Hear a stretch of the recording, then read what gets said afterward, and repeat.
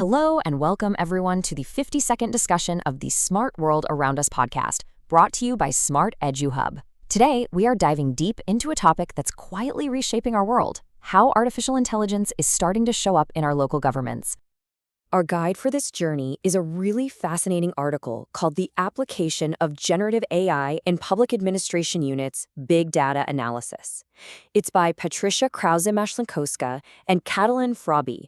They've done some amazing work digging into how our cities are, or in some cases, aren't, using AI to talk to us. And of course, if you want to read the whole thing for yourself, the link is right down there in the description. So let's get right into it.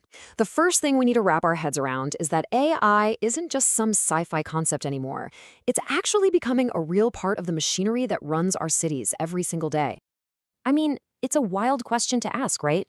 Could some form of generative AI already be answering emails, making suggestions, or communicating for your local government, maybe without you even having a clue? Well, that's exactly the mystery our source material is trying to solve. Okay, so what does GenAI in public service actually mean in plain English? Well, think about it like this. We're talking about AI that can create stuff. It could be a chatbot on the city's website that instantly answers your questions about trash pickup. Or, behind the scenes, it could be helping officials sort through mountains of data to make smarter decisions, or even beefing up cybersecurity to protect our data. It's all about making government work better and faster for you. But here's the thing. Just like any powerful new tool, bringing GenAI into our government is, well, it's a real double-edged sword. It comes with some incredible upsides, but also some pretty serious risks that we absolutely can't afford to ignore. And this slide just lays it out perfectly. On one side, you have the amazing opportunities, smoother communication, services that are actually tailored to what we need, and new ways of managing things. But then you look at the other side, and the threats are just as big. We're talking about the risk of losing our data privacy, the danger of public trust breaking down, and even a massive environmental footprint from all the energy these systems use.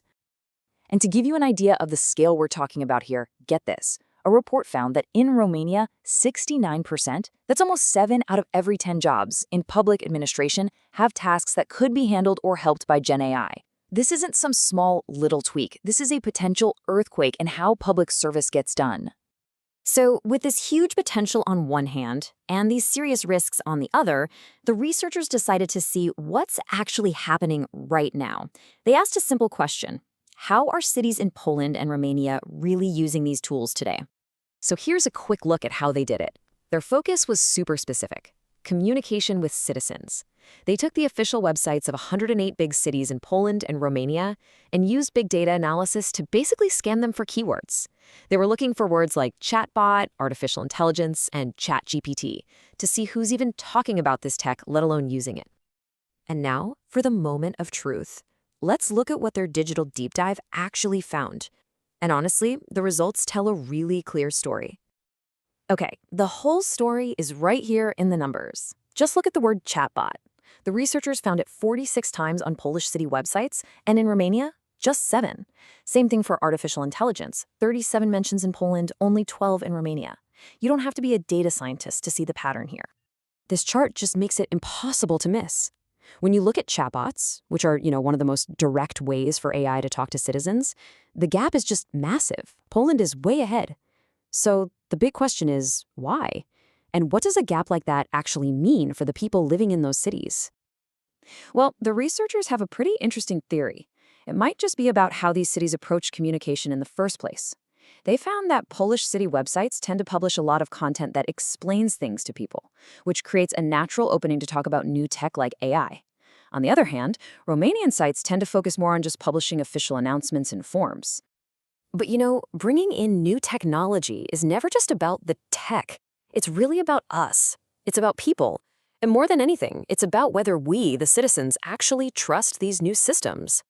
And this is where things get really, really fascinating. In Romania, there's what you might call a huge transparency gap.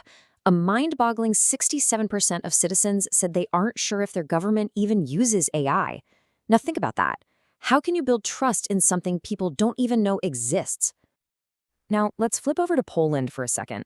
While trust isn't perfect, a recent survey there found that 41% of Polish citizens are actually willing to rely on information they get from an AI. That's a really significant number. It suggests that the public has at least opened to the conversation. So what does it take to get people on board? Well, the Polish survey gives us a pretty clear roadmap. It's not about just blindly trusting an algorithm. It's about some pretty basic, common sense things. Making sure a human is always in the loop, guaranteeing that our personal data is kept private, and having rock-solid cybersecurity. People want to know someone's watching out for them and that their information is safe. Simple as that. Okay, so after looking at all this, where are we? The study makes one thing crystal clear. We are at the very, very beginning of this journey. There's a long road ahead.